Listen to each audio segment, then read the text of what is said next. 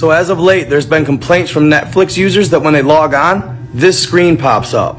Then it just freezes. Now take a closer look. Mosquitoes, double helix, and this is a shot of the Americas.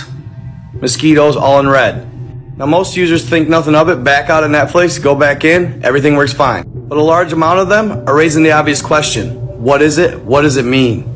Some believe it's a warning. Others believe it's the government showing us what's to come, because they believe that when they show us what's about to happen, that it gives them some roundabout right to go through with it. Now by it, I mean this. A Bill Gates funded firm released 150,000 genetically modified mosquitoes into the wild. And by wild, they're referring to the United States, namely Florida. And they will continue to release 12,000 mosquitoes every week for 16 weeks, in hopes that by the end of the year, over 20 million mosquitoes will have been created after mating. Now how does it work and why are they doing this? Well, I'm glad you asked. First, the why. The proposed objective? To curb malaria and the dengue fever.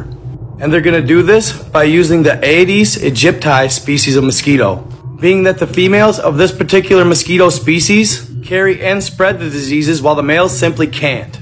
So Bill Gates funded Oxitec out of the UK would genetically engineer the males to carry a certain gene. This particular trait or gene gets passed on to the offspring, killing the female offspring in the early larva stages, while allowing the males to be born continuously carrying the trait, hoping that by some miracle they can actually defeat Mother Nature and kill off all the females in this particular mosquito species. But good news guys, they've already ran test trials, so we aren't the guinea pigs. In Brazil, Malaysia, Panama, and the Cayman Islands.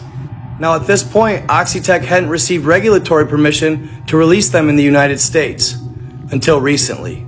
It apparently started in May. Notice how this one kind of flew under the radar? And I couldn't help it. As I was reading the articles, a couple questions popped into my head.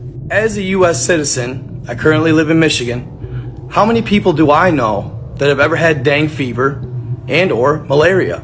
0. So of course, I took the liberty to look it up. Here you'll see which countries are the main contributors to the malaria cases worldwide.